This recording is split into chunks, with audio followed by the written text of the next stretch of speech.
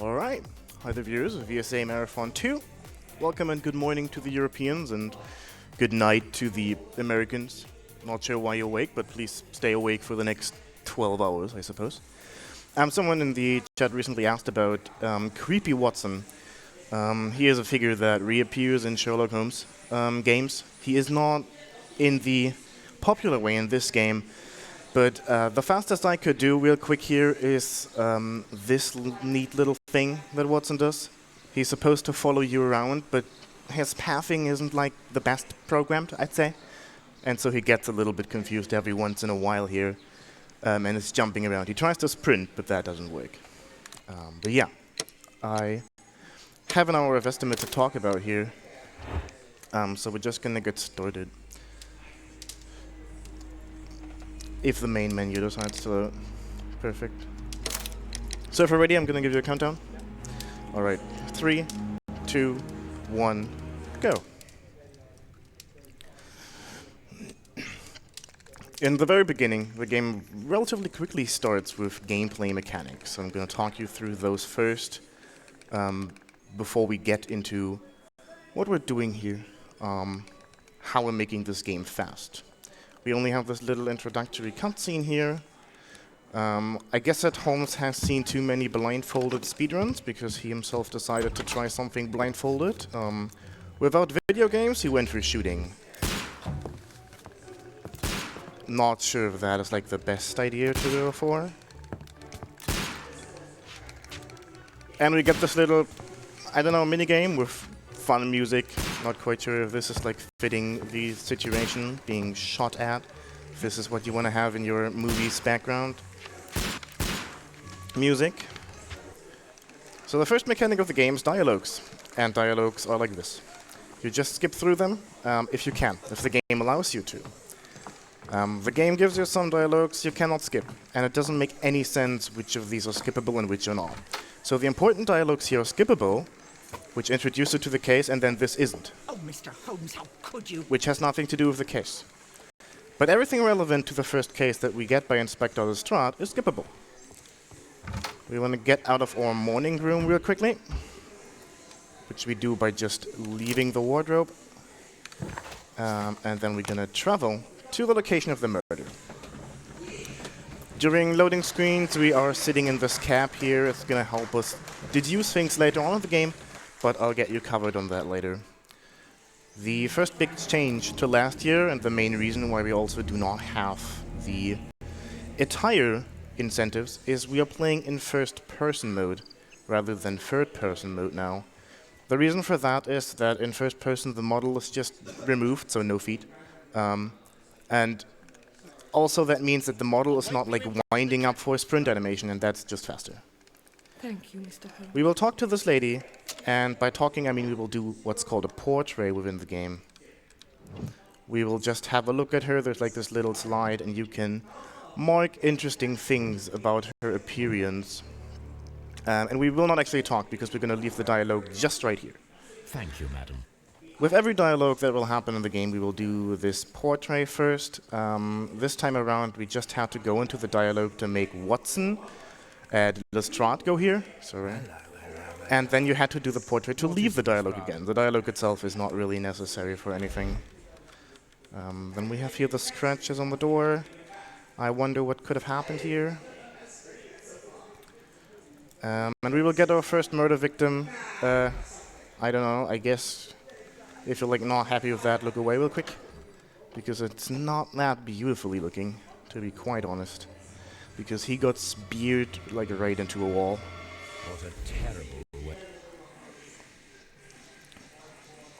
So we're gonna, have a look at certain things. This is like the Sherlock Holmes view of things. You can just sometimes do this view here. And it's gonna give you superpowers, kind of.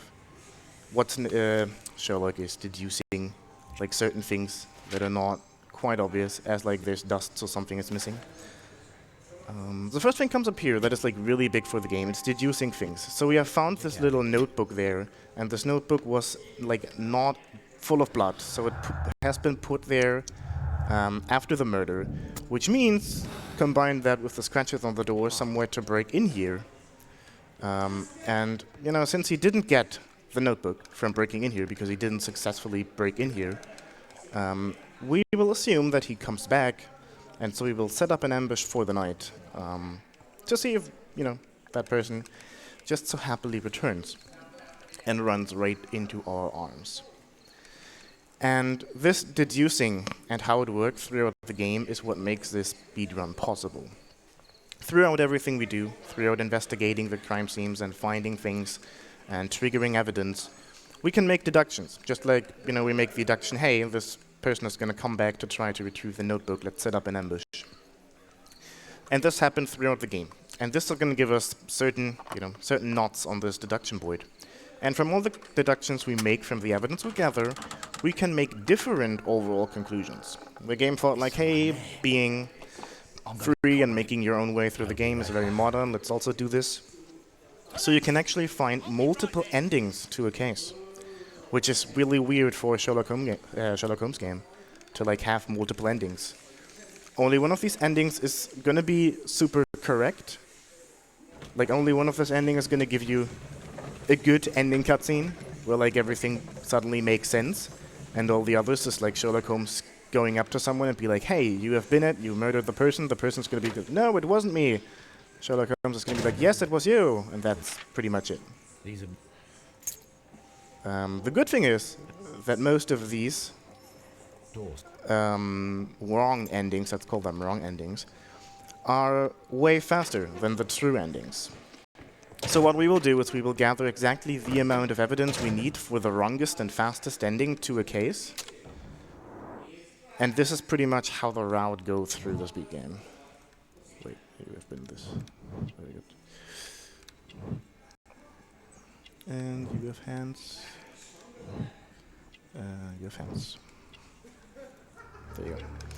Okay, so this guy who tried to steal the notebook also gets a portrait and a little bit of dialogue. And I need to not do this to be able to get to the Baker Street here. Was a little bit ahead of myself. So now we can deduce certain things. For example, the guy has been pinned to a wall. And we need to find out how hard is it actually to pin someone to a wall with a spear, the way it has been done here. Here. Now. Luckily we have a doctor here, so if anyone knows how to find out how spearing peoples and bodies works, then we probably should ask the doctor here. No. Also no is the dialogue you can't skip here, isn't that great? What we will do is we will impale a pig with a harpoon. And that is exactly what it sounds like. Also I believe we will do this here, perfect. And these dots will then later on create the final deduction. Okay. To impale a pig with a harpoon, what we need is a harpoon. So, thank you for this. And then there's another dialogue we have to go for. This is like the first time we actually talk to her. But it's for just a specific dialogue, so I want this one. There was a small tin box. The missing box from the dust Kept his papers that we got there. with Sherlock Holmes Superpower Vision. Somewhere in his cabin. It's necessary for this. And then, if this works, perfect. We will go to the Whitechapel butcher, who was so nice to give us a pig to impale with a harpoon. So let's see if we're good at throwing harpoons, and we're not. There we go. So the thing that we have to say.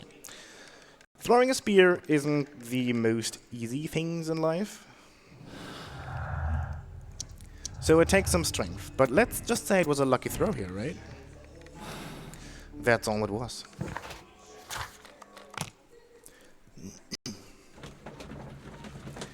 Sometimes the game gives you kind of these decisions to make. You find the same things, but you get to make the decisions.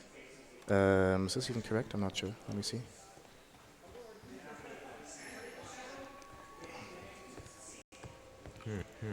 Okay. And this time we could say, okay, impaling a pig with a harpoon is a difficult thing to do. Or we could be like, hey, there's this little boy we just caught trying to break in somewhere. Hey, let's just deduce You had a lucky throw. How about that, right? So one more dialogue here. But that is just it. Then we can get back to the books we just took a look at.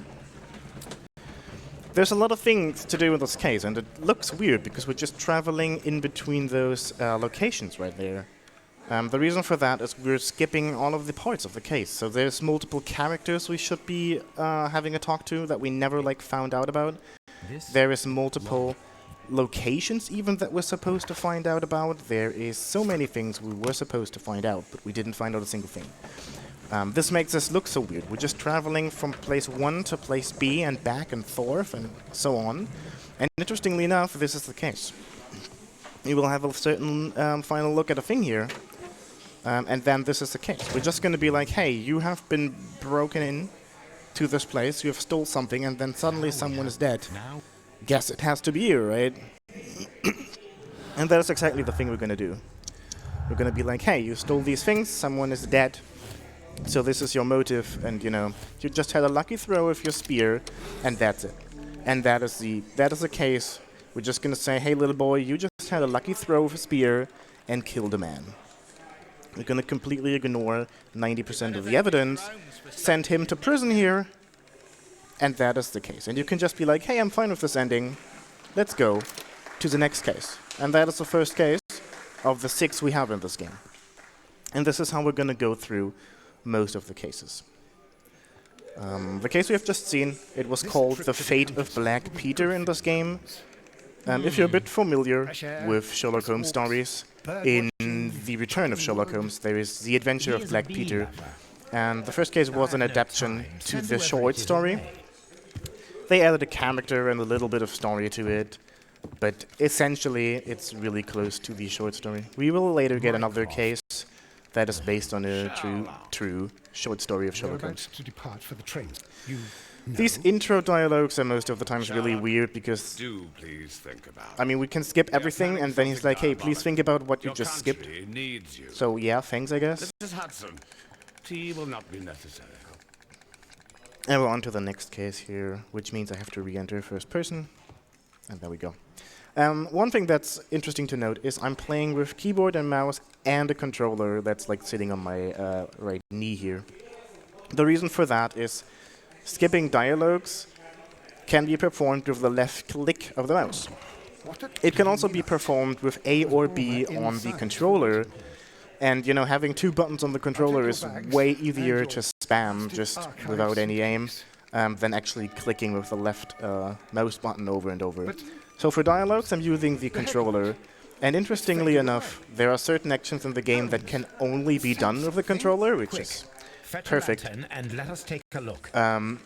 So there are certain triggers in the game that you cannot skip without the controller. In this game, it's not so important. I think we skip it once or twice. Also, another thing is that in the dialogues we have with people, we were supposed to click the dialogue option with our mouse, so every time we would have to aim. With the controller, we can just press A and it's going to select the top option here.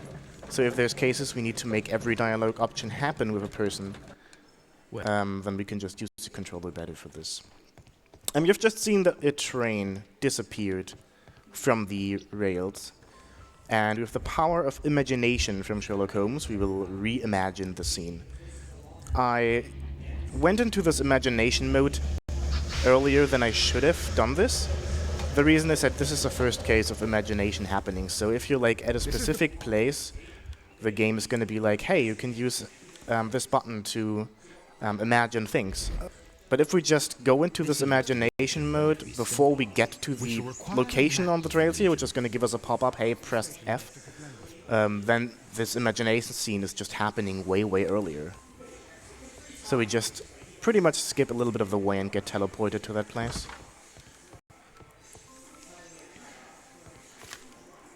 Okay, let's not look at this.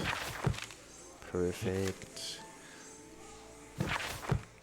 So this, oh my god. So this is another an adaptation, but this time out of a Sherlock Holmes short story. Apparently Arthur Conan Doyle has written other detective stories that were not officially Sherlock Holmes, and apparently this is one of them. I have never read those, so I can't really tell.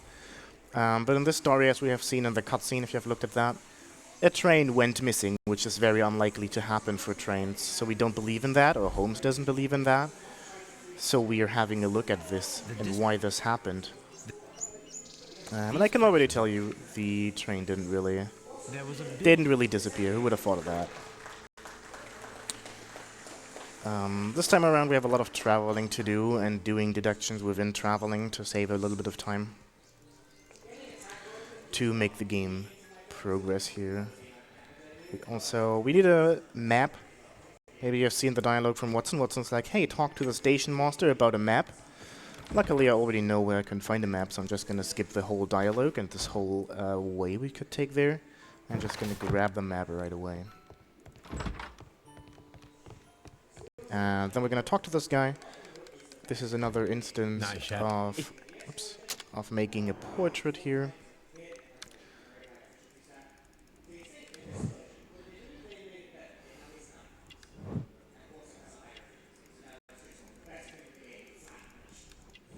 There it is. Good. So now I also have I need to press A for dialogues and not B. This happened a lot. And then we can travel around. What we'll do now essentially is travel across the rail station to like find out and reproduce the way the train could have taken. Whoops. Oh my good lord. Oh my lord. Please get out of the way. So Watson is like following you around. He's most of the time just standing in your way. It's not like he's helpful at all. Alright, let's find this. This is the insurance papers, and hello you. You will most likely not get too much of the stories here because we're skipping so many things. But I might sometimes tell you a little bit of stories because just so you get a grasp of what we're actually doing here and how we're skipping certain things. There are very strict and clear rules. And how the story doesn't make sense at all. 234 of Article 2G-43 states that in the event of a complaint... Article 2G-43, I get it. Yes, thank you. I understand. He's a good boy, I have to say. He knows his rules. I've worked here long enough to be... But still, he's just a station rookie master. So these are the kind of triggers that you have to make from the portrait. You do the portrait and at the end he's like, hey, he's new. And so he's like, I've worked here for a long time. And you have to trigger this with, hey, you're just a rookie. Oops. This was the wrong button, thank you. And then you're going to get the right evidence. Well, that was the peculiar thing. It was almost unreadable. I forgot about this dialogue happening here. If you're just pressing buttons, pretty much, you don't really know how many dialogues there are.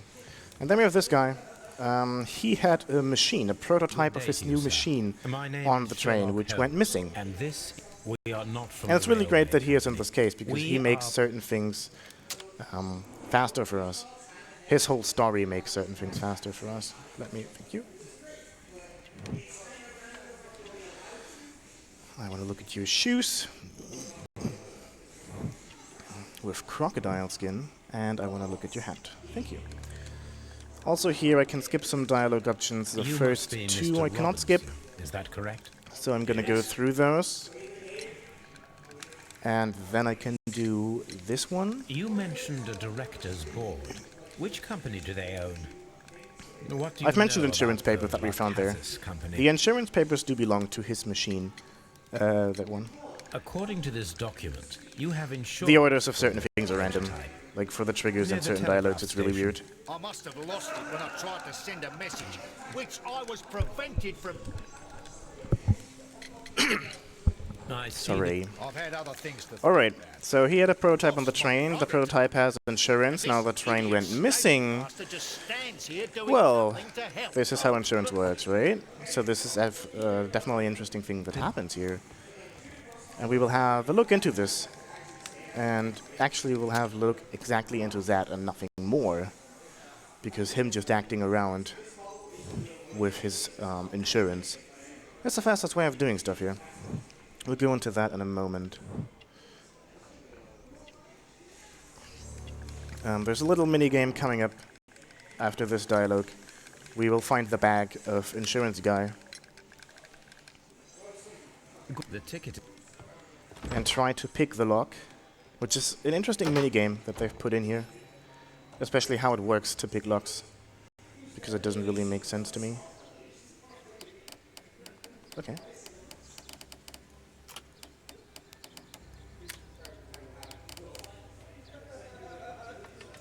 There we go. And then we find in here an insurance contract, a second insurance contract, another contract, and another contract. So the guy with the prototype had some weird things going on, and he tried to make a little bit of money out of weird ways to set up multiple contracts for the same thing. This, and then I believe this. Yes, thank you. And do we do the next thing next time? We're using the loading screens to deduce things on the way. That makes the final deduction thing faster to do, because we already have like half the board. Wake up! And it also doesn't really lose much time compared to normal His breath. normal loading. He must have swallowed half a distillery. That is also an interesting thing to note. This game is very well programmed, and so setting the graphic settings to low, and it doesn't matter what kind of PC you have, you can have the best PC ever in the world. Setting your graphics to low will reduce every single load by multiple seconds. I don't know why we've done it. It's like math did its thing, it's faster. Yeah, that's just everything we really wanted to do because of that. You'd assume that if once you have a good enough PC, it doesn't really make a factor or just a little bit, but the first cutscene actually can be loaded in 5 seconds faster if you set this to low. Binge drinking. You are a little bit drunky. Alright, so now we get into how can a train disappear, and the answer to that is it never has been a train. It has this thingy here. And so now we're reconstructing this. Patience, Watson. You will understand my point. For this again, I have to deduce this. Are you quite certain that you saw the train at Again, the I am station? matching the buttons here. I can't skip that one. Okay, so we have spare cans and no traces of train. Fake train. Let's do the experiment here, which pretty much means we will just use the parts that we find here to reconstruct all of this.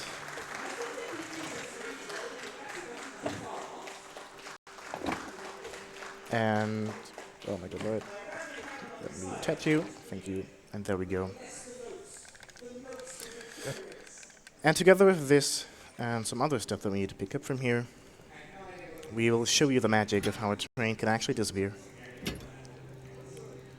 And the magic of a train disappearing is it's not being a train. So, let me go here. Okay, we imagine this again. We will add every part that we just have picked up. And you can fake this little hand wagon here to make it look like a train. And this is pretty much what happened for you. This little hand wagon here was prepared to show light, and it wasn't really the train that disappeared, it was just the light that disappeared because the light got turned off and this little hand wagon was removed from the rails. So someone just wanted it to look like that. And then we use this map here. We will get multiple locations to travel to now. And we will go to this first and use this loading screen to do this and this. Oops. Perfect. And so we find a railway switch suddenly here on the tracks. Which is this. It's making the train go into a different direction. Which made this certain thing possible. Train goes here, train goes there. Which would explain how the train would never actually arrive at our place. And so we're gonna have a look into this more. So originally this case is about way a lot more. The insurance has actually not really quite much to do with the case itself.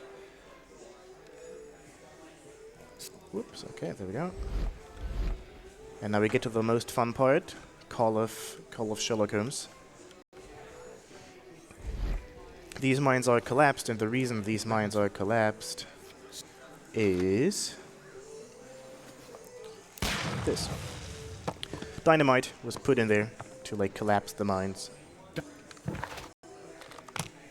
to make this happen.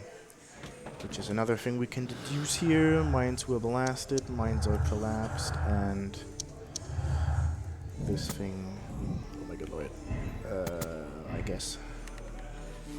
Yeah, I guess. Perfect.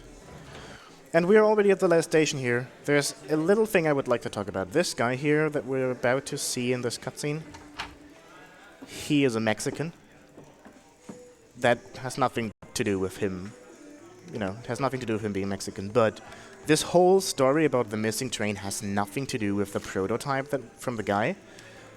It also has nothing to do with anything else we've just have spoken so far about. It has to do with Chileans, I think they're called, and Mexican having like beef, like law beef. They wanted to buy like a building or something, and so both wanted to buy those, and then they started to beef each other to get the building. So the whole story, what this case actually is about, is completely ignored, because we found this guy who has multiple contracts who will suddenly get money from insurance, and just going to be like, hey, you moved the train into the mines, you collapsed the mines, and you just swindling to get the money from the insurance. That's pretty much everything we will do. The last portrait, the last station master, if I'm allowed to, thank you. There we go, this one, and I would want to have your hand. Thank you.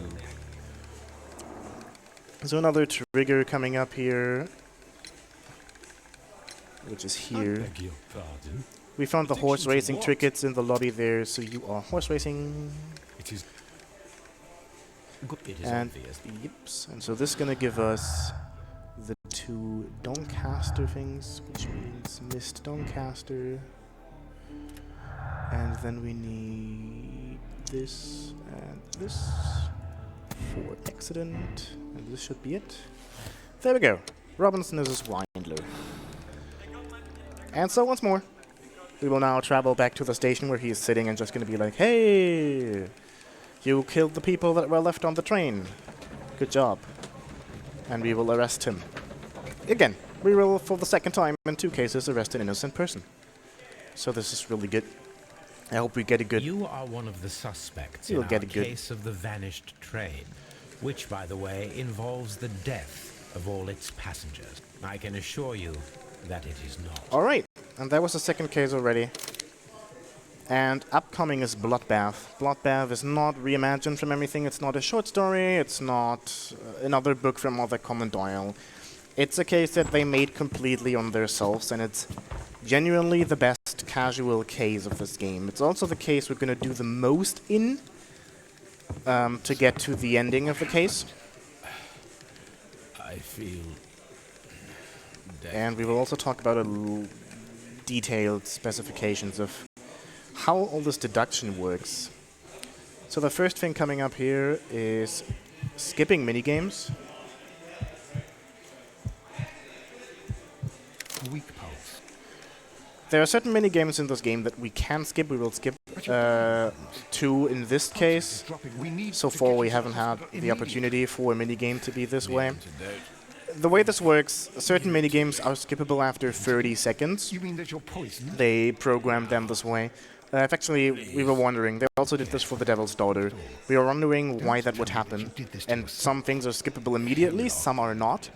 And that is actually due to the fact that they classified puzzles in 3 different ways. There's minigame, puzzle, and there's puzzle 2.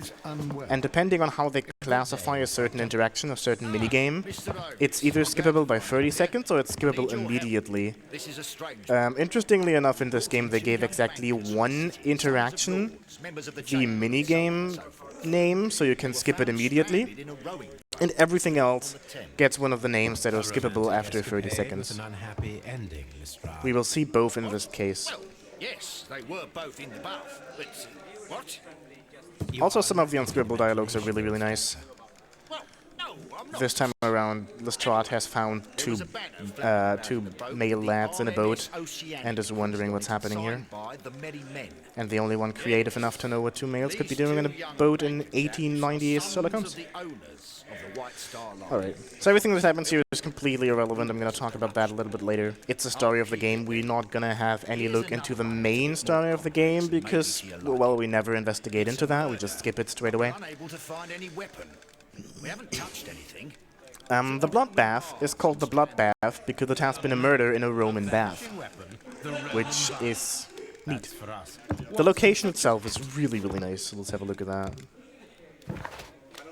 There we go, the Strand Lane Roman baths. It's a great scenery, it's overall a great case of a great story and great elements, so I'm just gonna give you this scene. I like it.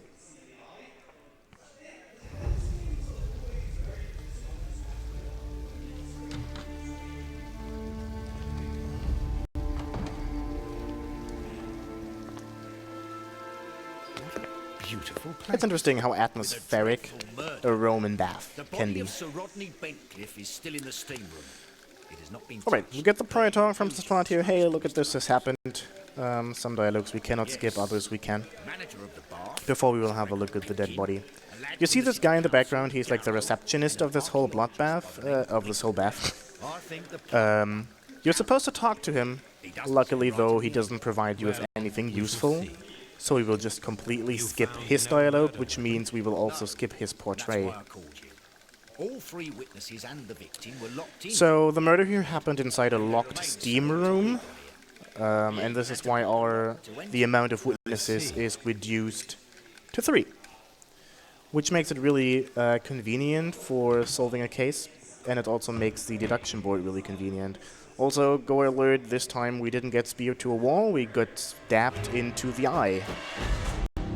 Which isn't much nicer. Good Lord, Holmes. Let us forget about Also, if you're like in a steam room, you bleed like way much more.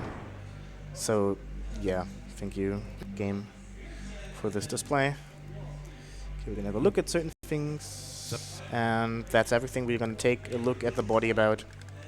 So we're gonna have the body. all that we can here. We will get the body removed from the crime scene now before, I don't know, it melts. Constable, we have finished with the body. Also, in the steam room we have the 3 suspects. We could talk to those, but we could also just not do that. The latter. You are ridiculous. hello, Do you cutscene. know that? We will actually have a look at the blood here. Thank you. Then we will go away. High suspects, spy suspects. Let's have a look at the glasses so we can finally see. And let's go away. That's everything we're gonna do for here now. We will have the suspects sent to Scotland Yard. Interestingly enough, okay, we're gonna talk about this right now. We've talked about how we want to get the deduction board to the necessary evidences. And so what makes this rather more interesting than just looking at certain things and then getting the evidence suddenly is that, certain evidence is triggered in a different way than others. So we need the suspects to be sent to Scotland Yard to progress in the story. To be able to have the suspects sent to Scotland Yard, you don't need to look at the body, you don't need to talk at the people. All you have to do is take a look at these glasses we have just taken a look at. The glasses after the body is a trigger to open the dialogue to Lestrade to have them moved to Scotland Yard. And you can imagine how many hours it takes you to play this game to realize, oh, I have to take a look at the glasses. And this is pretty much what routing this has been like. You go through the game and do all the thing that looks, okay, we have to look at the body, inspect the whole scene, and then we send these people back, and that makes sense. But in the end, the one thing that triggers is looking at the glasses. So that's fun. Also, we will have 3 dialogues here. Oh, we have a minigame. That's great. This minigame, I'll not do this minigame. I'm just going to give you a hashtag ESA. I don't even believe this is a hashtag this year. So you're supposed to, scrabble all this and then suddenly see some text. This is not going to happen in 30 seconds, so everything I do is just I wait 30 seconds. every minigame that takes more than 30 seconds is pretty much a, hey, let's wait 30 seconds until we can skip it. You'll see the skip option appear top right. Well, you actually won't because I'm already spamming the button for it. And then we skip it. Oh, look, a text. We will not find out what this text is because we're going to skip the dialogue options that will have Watson talk about the text. Holmes. Only the final words. The rest of it is lost. The police guy isn't happy. We, like, Will assist us in we're drawing on evidence. But, you know, we're Sherlock Holmes after all, so he has to be fine with it. Can I open the door? Thank you. Another thing, you will later in the game have to travel. To be able to travel with the help of the map we just found, we need to look at these rope marks. They were Again, you find the map, you will take the map and put it onto our map and find out, oh, we have to go there. And I did everything in this case multiple times, and then at some point I realized I have to look at the rope marks on the body on this guy. If I don't look at these rope marks, I will not be able to use the map on our map and will not be able to travel and progress in the case. And this is sometimes really difficult to route, because you sometimes have to look at things that will get you progress the case that doesn't really make sense. I believe your eyes as well. Yes, that is right.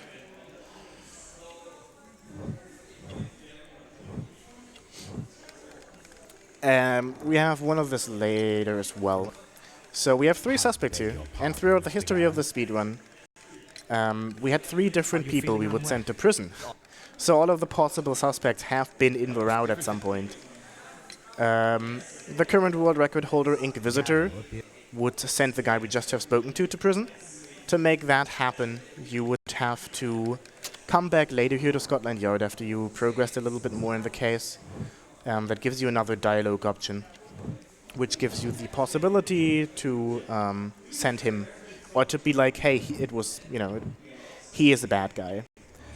The Hatchet would send this guy to prison. He's actually also the true bad guy. To make that happen, you have to look in the first room we've just been to. You would have to look at more evidence than I just did. Then you get certain more dialogue options for all 3 of the suspects, which would then later on give you the possibility to suspect the guy we've just spoken to. In this route, we will suspect this guy here. And again, this is how evidence triggers work.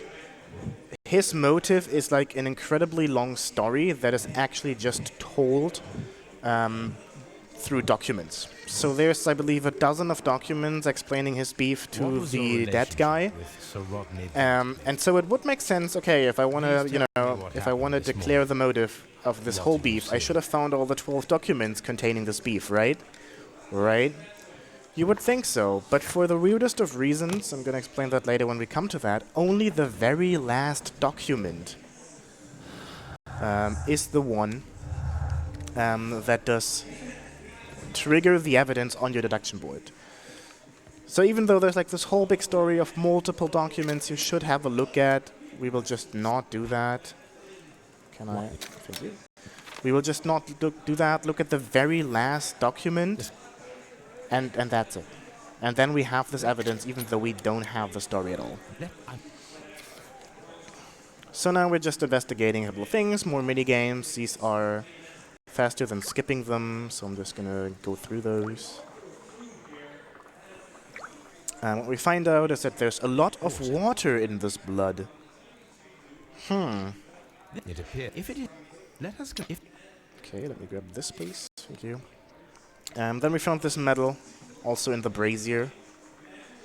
The way the final deduction works for this game is pretty much you select one of the 3 suspects, and there's also 2 possible solutions for the murder weapons.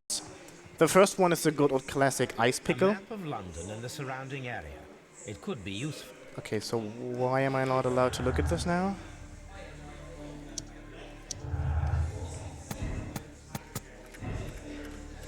Okay, wait a second.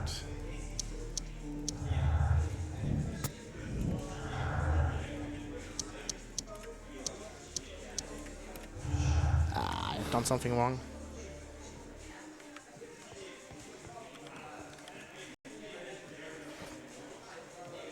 Okay.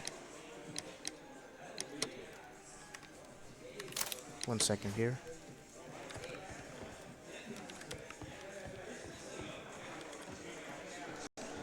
Okay, so I have done a mistake. I'm trying to figure out which one. Because I should be allowed to interact with the map here, but I'm not allowed to do that.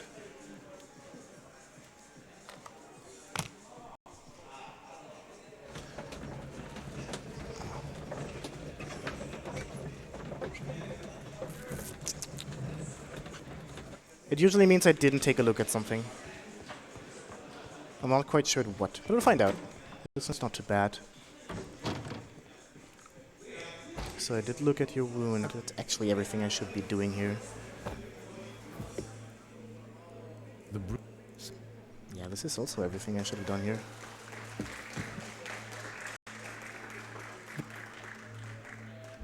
Okay. Let me have a look at this real quick. If I'm allowed to have a look at it. Okay, I have also these two things. Maybe in one of the dialogues I press B again. This could be a thing, but I don't think so. I shouldn't be having any more dialogue options, actually. Yeah, this is the one to make this guy the bad guy. What do I have here? Oh, okay, perfect. I believe that. Yeah, that's it. Perfect. Thank you, game. There we have it. Written is lie. That is it. Let's get back to Baker Street. So what happened is I was just explaining something while I was spamming A and B. That made this one dialogue option not happening. Anything unusual with the second guy, because I just pressed B accidentally when the trigger for that came up. Which now allows me to use the map down here. Which allows me to find out that the map belongs to this place. Which then gives me the travel option to here. And it's just like one dialogue that didn't give me the evidence I could deduce something from. And because I didn't deduce something, I couldn't create the task, travel to this place, and that way I couldn't progress in the case. And this is something that can happen easily if you just press B at the wrong time. Or you just, in the routing process, it also takes a lot of... you need to have a look at every specific action.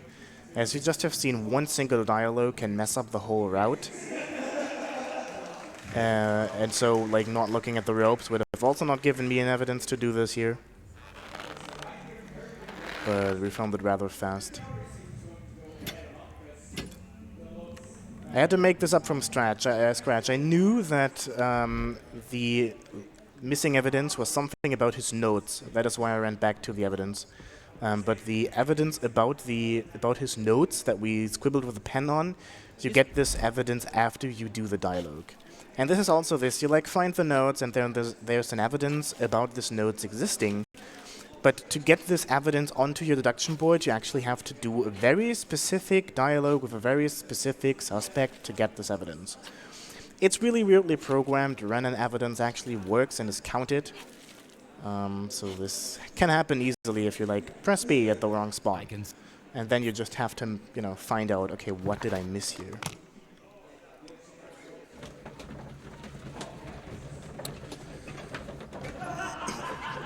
I'm actually glad I found it this fast.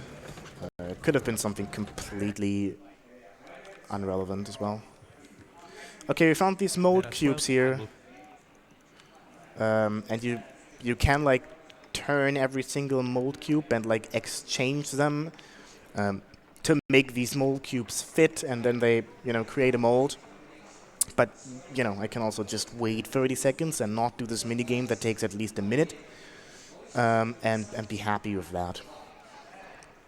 This mold is also basics for the two weapons we could create, one being the ice weapon. I've mentioned that before I got lost on track. The other being the metal weapon. Okay, this is how to do. So we're creating like plaster mold here. Put it into this mold.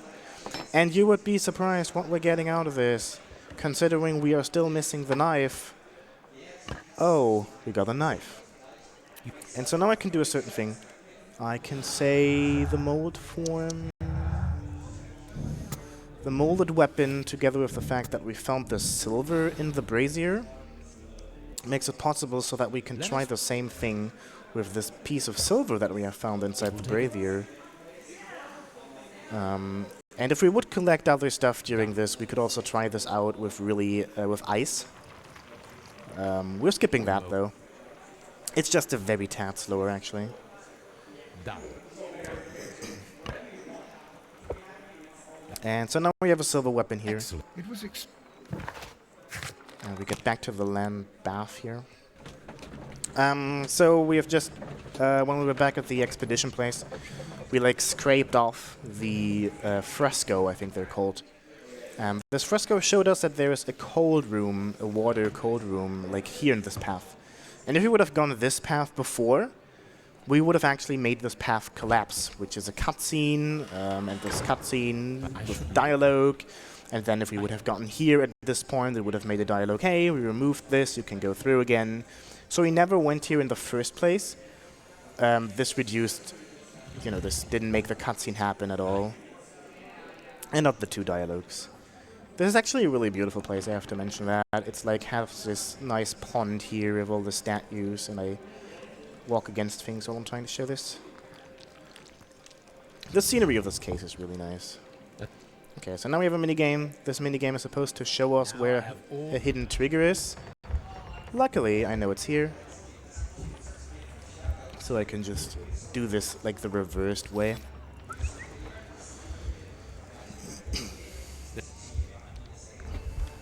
Okay. Then we can move this bust around and get to a hidden place. This is really interesting. As I mentioned, this case is just so nice overall. Also, I think we pretty much visit all the places in this particular case. It just happens that we only have to interact with very few things to get to the ending. Okay, only the lantern. So we have salt lying around here. The salt, apparently, if you like freeze water with salt, it's getting harder ice. So we skip all of that minigame and picking up the salt and traveling back to Baker Street to not do that and just go with the weapon, the metal weapon. Okay. Okay, I know. Thank you. Yes, thank you. Thank you. I pressed escape a couple of, I'd say, frames before pressing escape would get me out of there, so escape got me in the menu instead. So most of the views are also cancelled with escape, and escape is also the menu, so sometimes escape of like cancelling a certain scene like this here. So I have to press escape here to exit this. But if I press escape like twice or at the wrong timing, I just open up the menu, and if you press escape then it suddenly works like twice or something. It's really weird. Coming up is we're getting back to here because there's way more things to do. Also, a lot of preparation has been going into this, which is really interesting. You'll see that in a moment. Traveling has been optimized throughout the route. So there's a lot of things, you know, like travel to one place, and then you just pick up one thing or two things, and then you travel to a different place. This has been really interesting for this case because we're actually going to get into a hidden place that's over there. Look, there's these rings, and then there's this door. But we can't, you know, we can't fly there, so we need one thing. Also, here we find the one document. This one document on the shelf here. This one. I picked it up, I quit out of it, and now I can deduce that one of the guys is a suspect. As easy as that. Then we're gonna make use of this. Of building a crossbow.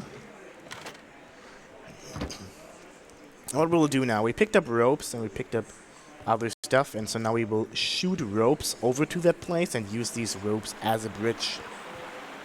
So again, Call of Sherlock Holmes. This one is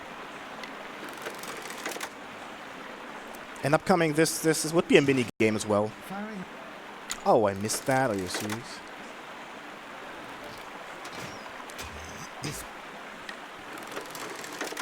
But this is the only minigame that is one of these, hey, you can skip me immediately. So I just go in, skip it. And we're in there, in this hidden place. I am. So again, there's like a big thing we should have investigated because this is a labyrinth. And I didn't investigate that because I should know the path. So the whole thing, we should have found these symbols earlier, then like deduced, oh, this is their order, and then followed the order of the symbols, but I know the way. Also, the dialogue varies. Holmes, Watson? This time Watson. Watson's going to be like, what way should we go? And then Holmes this time said nothing. But if you already did the riddle, he's like, I know the way.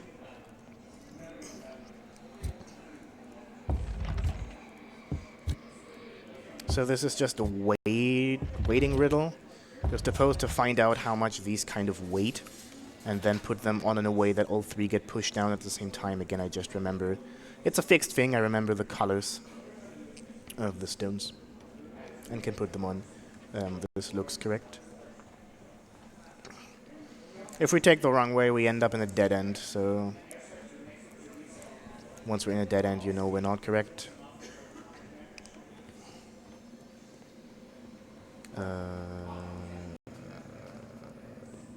Yes. This is not one. This is just, you know, tricking you into being a dead end. This also is the reason why, like, everything went bad in a Roman bath. You'd assume that a Roman bath is just a nice and chill place and everyone loves it. And I would hope they did. But they knew about the existence of this tomb. And so they were like a little bit fighting about this knife there. Okay, where am I here? This knife there apparently is like an old day treasure that they were trying to find. And in the end it made you know, people kill each other. There's a little riddle that we do with Watson and Holmes now. We're supposed to swap in between the characters to make all of this happen. And then we have different things we can push here to make this door riddle work out.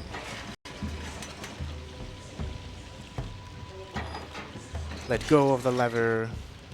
You also have to always reset first person. I don't know why, but that's it. And then there's the most interesting thing about this route we took. I've talked about travels being optimized. We will now get this knife here. Oh, now I got tricked. We will get this knife, and then you will see what happens in a moment. I'm actually just gonna wait onto the cutscene. We will grab onto the knife. Ooh, look, a knife. And then this place is gonna automatically close. And we're supposed to do this whole riddle backwards to get out of here. But interestingly enough... this one? Yes. Interestingly enough, we can just deduce the end of our case here. And deducing the end of your case is always going to get you to the final thing. And so even though we were just trapped in a hidden place, we're driving in a cab. Again. Just to get to the place because we've just we have solved it. So whenever you deduce the ending, you just get this cutscene to end the case. It's going to load you there no matter where you are.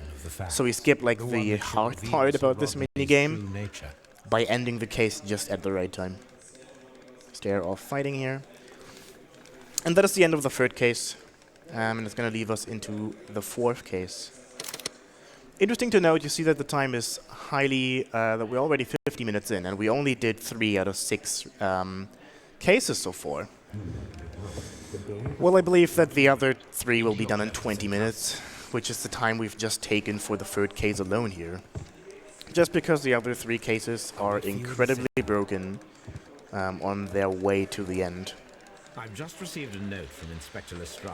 So this is the other case. He is in need of Yeah, it my is. This is the other case that is inspired Whenever he or asked for my adapted by assistance, it has a always true turned Sherlock out to Holmes be short entirely story. justified. Also being one from The Return of Sherlock Holmes, being the Abbey Grange, The Adventure of Abbey Grange, I believe. And so, we will go to Abbey Grange, investigate onto this case. So you believe that Sir Eustace... It's interesting to note, at least to I me should as say a so. Sherlock Holmes fan, Lestrade wouldn't have sent for me. that Sherlock Holmes does switch ages in the games. So here he is older than in The Devil's Daughter, which we did last year. And some people get a little bit confused about that. The reason for this is that during the course of the short stories, Watson and Holmes do age by law. It is assumed that they meet at like middle 20s and then the whole story is ended when they're like 60. So they have 35 years of aging. And The Return of Sherlock Holmes, which these are adapted from, and the two cases, is a rather later short story collection. So they are older. And then in The Devil's Daughter, we had the Case of Identity remake, kind of. So the Case of Identity, the case from Sherlock Holmes short stories, was reimagined there, which is like from the second short story collection, I believe. And so they're younger there, it makes sense. And so they made them younger in The Devil's Daughter as well. It does make sense, but my name is Sherlock Holmes. I'm assisting Inspector Lestrade. So this is overall a really interesting case, and again, you could do so much things here. Except we don't.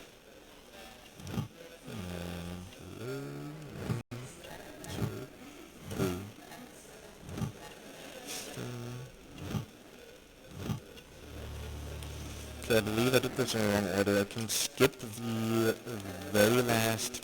No, I can't. It's in a different order. I need this. And he suffered from black hands, but madness. So her husband hasn't been the nicest there. Oh. This is it. Okay. This is the trigger that we can skip. And so her husband died. And as you can see, he wasn't nice. If you saw her eye, he wasn't nice to them. He also died a really bad way then. He got hit with a poker. So, into the head. That's the only thing we need to take a look at. There we have 3 glasses of wine. Only one of them has B-swing and the other 2 don't. B-swing seems to be like the stains there, I'd like to call them. This rope I will take.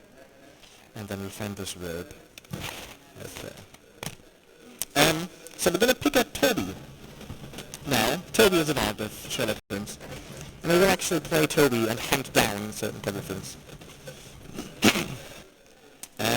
You know, this is not fantasy, even though he looks like it. It's Toby, but I've talked to Toby and I think he's fine. If you give him some fantasies in the chat instead of Tobies, because there aren't Tobies. Okay, so the upcoming thing looks weird, and it is weird. And I've talked about moving in first person being the fastest way because the model is removed, and every time you would be in third person, Watson would make a little animation to like wind up his sprinting. And Toby doesn't have this wind up animation in sprinting, so we can swap seamlessly between first person and third person as you see this here. Every time I go into first person, the model is removed and the camera is moved to where the head of the model would have been, if it would be still there. If you're moving forward then, and you move back out of first person into third person, the model is like spawned back in at a position where the camera should be, and the camera is then placed behind the head. Every time the game does it, when moving in Toby, it is actually confused as to where to put the camera and where to put the model when exiting first person. So every time you exit first person into third person, you gain a little bit, a very little bit forward. Over the course of this garden, this saves about 3 whole seconds, so it's very, very important. Not. And also, this was occurs already. We're gonna get to the final deduction in a moment. The wife said, "Oh, I think criminals have killed my husband. And so we found the 3 glasses of wine, and we're like, okay, if we find 3 wine glasses, that means there have to be 3 people at this place, and the criminals that were blamed by the Wraith are a known gang consisting of 3 members.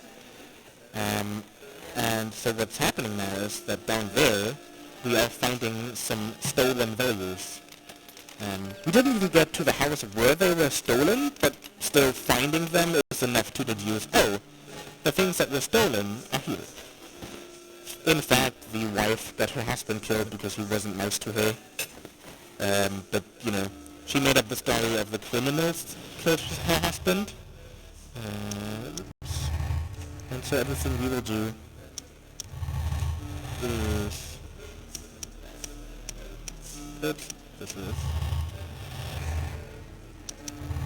Okay, so we can say robbery is the motive, so that criminals stole that. We have 3 people because 3 wine glasses. We also have the random gang being the bad guys, and we do have the poker blow killing the person. The randoms have been done. Multiple characters not seen in this case, multiple locations not seen in this case, but you know, let's just blame the criminals that were blamed. And this is how we play this. Oops. I'm not used to this fast loading screens. They're usually like this. We will now get to the place that we've seen at the very beginning of Shooter Hero, showing you Watson being a hero. This, in general, in the casual player, would be the longest case of them all by far. There is multiple locations you can visit. This is loading so long because the location we're visiting right now is enormously large. There's this whole garden area with multiple halls. You can see it goes into the back there. It's just an insanely big area in general. There is so much to find. The story overall is so long, it progresses so many stages. It's just, in general, it's a super long case. Fortunately, again, we're not going to do that. We will just do a couple of things and be done with it. Okay, so we've got the dialogue here, we've got the black, we've got the sun, we've got K. Watson.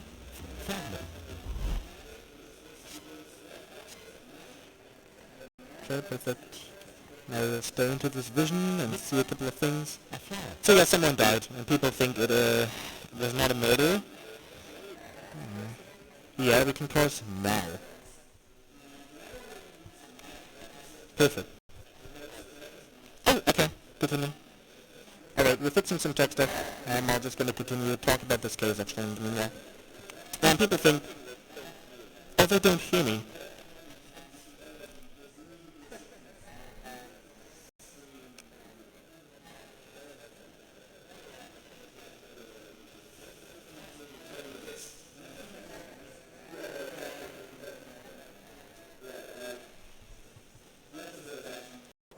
All right.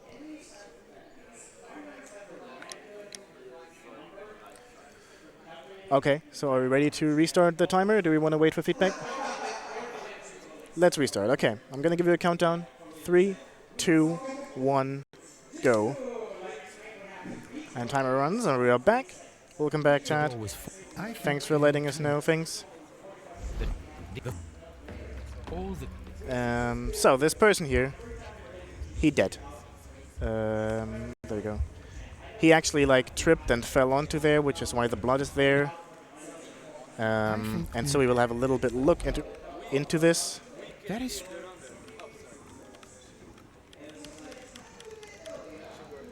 So we look at this thingy here.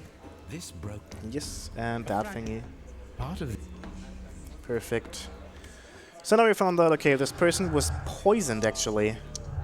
And that was why he would walk out of here and strip there and fall to the ground and die.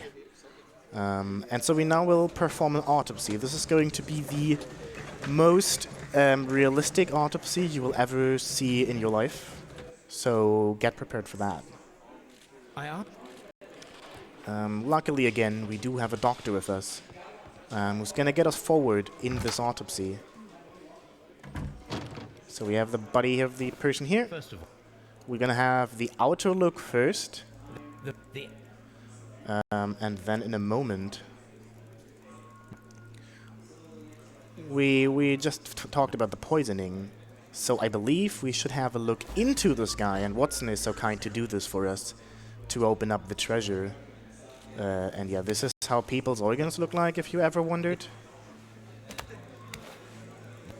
And we're just going to have a look at them from each side, because this is how you do an autopsy. You take them out, you look at one side, look at the other side, autopsy. And because we have seen this green dot on the lungs, that is like our medical proof he got poisoned. No. And so suddenly we're talking about murder and not a person just tripping over ground. suffice, as well as a discreet delve into their personal affairs. And so this opens up the case. This is meant to be like, oh, suddenly we have a murder, and now we should talk to all the people on the garden area. There's more than the two we have seen. We should investigate every single room of the whole garden area. So there's so much things to do, which we just don't. Everything we will do is go to a room, look at one piece of paper, and immediately leave again. So there's this room here, which is locked. That's sad. But luckily, we will just go over here. And we will find one of the two characters that we have met already. And so we're going to talk to him. Again, this means we have to do the portrait. Otherwise, we wouldn't be allowed to enter the dialogue.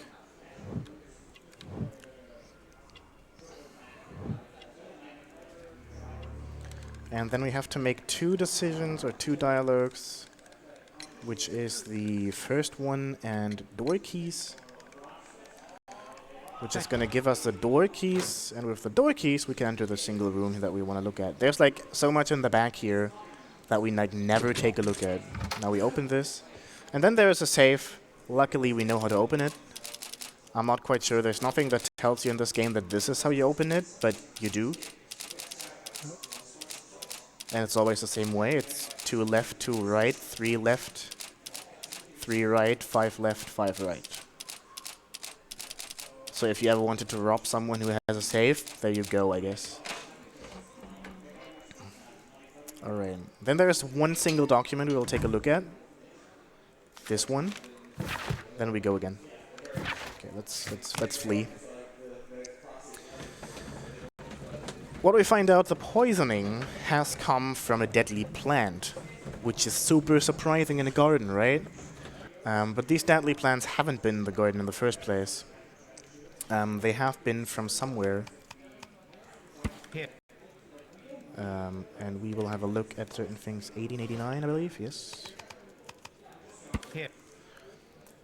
These plants have been from the Divine Syndicate. The Divine Syndicate being some kind of kung fu sect, I believe. There's again much more locations in here that we could take a look at. But let's have a guess, we will not. Everything we do is we go over here. This is a door, you could enter a big area here, but you can also just go here. And not get stuck. Take a look at the hidden things here. And see, oh, they have the Kew Gardens symbol on them. I guess they're from Kew Gardens. And so now we're pretty much just like, hey, you're connected with Kew Gardens, and you have deadly plants, and someone was poisoned with deadly plants. Oh my, according to my deduction board, this isn't looking good for you, neat Kung Fu man.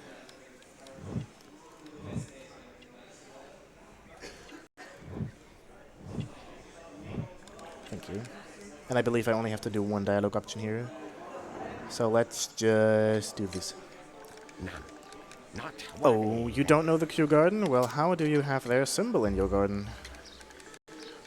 And yeah, this is pretty much the case again. We just find 2 evidence. This is really weird why they would come up with this. This is a whole big case. So much is supposed to happen. And then they give you this 2 evidence, and they just suddenly combine to an end. It doesn't make any sense, and it's really weirdly designed, but it just works.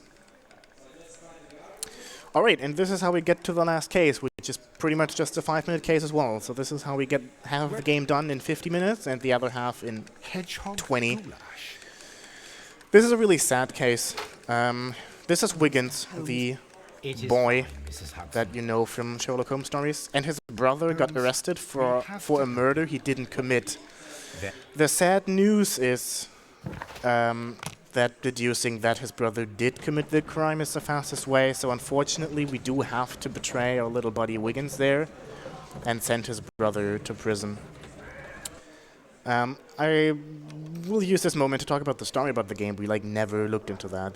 Many times there is a criminal gang, which is not the Randall gang we talked about earlier in the Abbey Grange case. There's a criminal gang that are trying to revolutionize the world by creating the system and government. Constable. Oh, I believe I pressed B again. I very much did so, yeah. And so this whole story is supposed to end in this case. You're supposed to find out that these people that were criminals and were talked about the whole story when we skip dialogues, gonna get to a showdown with Holmes in this case. Again, multiple of many locations to have a look at, multiple characters to find, the whole show off with this criminal gang, which we just skip by betraying Wiggins and sending his brother to prison for a crime he didn't commit. Which also kind of takes away the whole story of the game, because you never really... They call it the Merry Men, and you never really interact with them as a whole. You are supposed to interact with them multiple times during the game, in late stages of a case, Mr. but this just never happens. So we have one last... actually the second to last portrait now that I think of it. Can I please? Yes, thank you. That one. We will really not take a look into this so You much. have helped us a great deal, Mr. No, Turner. wait. Okay, I did it right. I was supposed to skip the last dialogue, so I was confused there. I probably listened to it.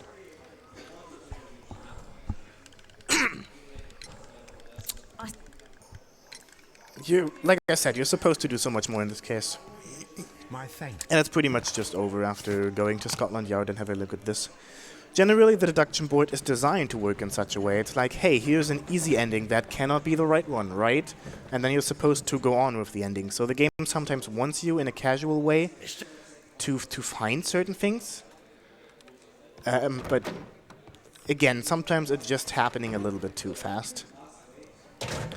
In the first game, in the first case actually, that was definitely intended behavior to be like, hey, you found the first ending, it's not the correct one.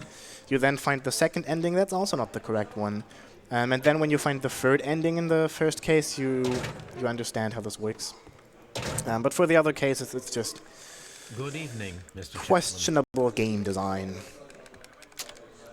This is Wiggins' brother. We're gonna talk to him, and after that we can pretty much just be like, hey, you've been it. How about some prison? And it's really sad that we have to betray Wiggins for this to be fast. Thank you. For going on, game. There's a whole story again, why he is even mentioned, because he has the same tattoo as one of the dead guys. I saw the first fireworks light up in the sky. I bumped into A couple of dialogues you on the cannot corner skip before here, it was half sadly. through. I saw So what he has seen is some guy that jumped up a building. something strange. Turns out that a circus acrobat has been the bad guy, and he just climbed up a wall casually. What you do when you work in a circus. No, Mr. Rhodes. And then we would get climb equipment and also climb that wall. But, this is just not gonna happen. Because right now, we will deduce... no, it's lootless. There we go. The two statements.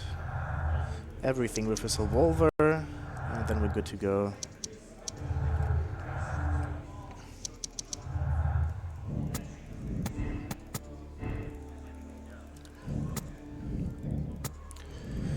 And there we go, betraying our best man, the Wiggins, and sent his brother to prison. And that is the last case. Time is coming up once we accept this decision, so time. Sorry. That was close. All right, perfect. This is the cutscenes, the endings, the credits. They show you a lot of persons we've never met. They also show you locations we've never met. They show you the endings we've never seen. And yeah, this was Sherlock Holmes, Crimes and Punishments. Huge shout out to the people that run this. Huge shout out to Inquisitor having world record at this game because he's way faster than me. And yeah, I hope you enjoyed it. Stick around. Next up we have Giga Wrecker by Etienne, so you definitely should check that out. That's really great. And yeah, thanks for ESA for having me. Thanks for you people watching. And that was my presentation here of Sherlock Holmes. And I hope you enjoy the rest of the event. So yeah, thanks and bye.